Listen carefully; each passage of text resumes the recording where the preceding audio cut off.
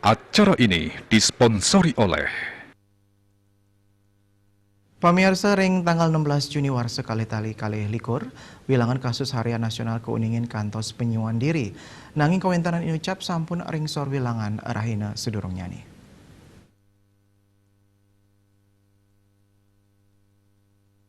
Nganenin pasien padam COVID-19 kauningin tadun, sayang sareng arahina sedurung nyani kantos ye diri. Asa pening ketaler pabawahan pasien COVID-19 sani kenak, durung ngelangkungin kawentanan kasus anyar, wilanganipun mengkata 500-an diri. Anut saking data Kementerian Kesehatan, nyinayang pawawahan kasus COVID-19 wenten siu 173 diri. Dadosnya ni wilangan kumulatif ipun, langkungan 6 yutan diri. Raris pasien sani kenak wenten 500 sia diri. Selanturnya nih, pasien padam wenten 3 diri. Miwa pasien COVID-19 sani kantun kerawat langkungan 6 talian diri. Miwa suspek wenten langkungan petang talian diri. Dia Dewi Bali Pos Nguningayang.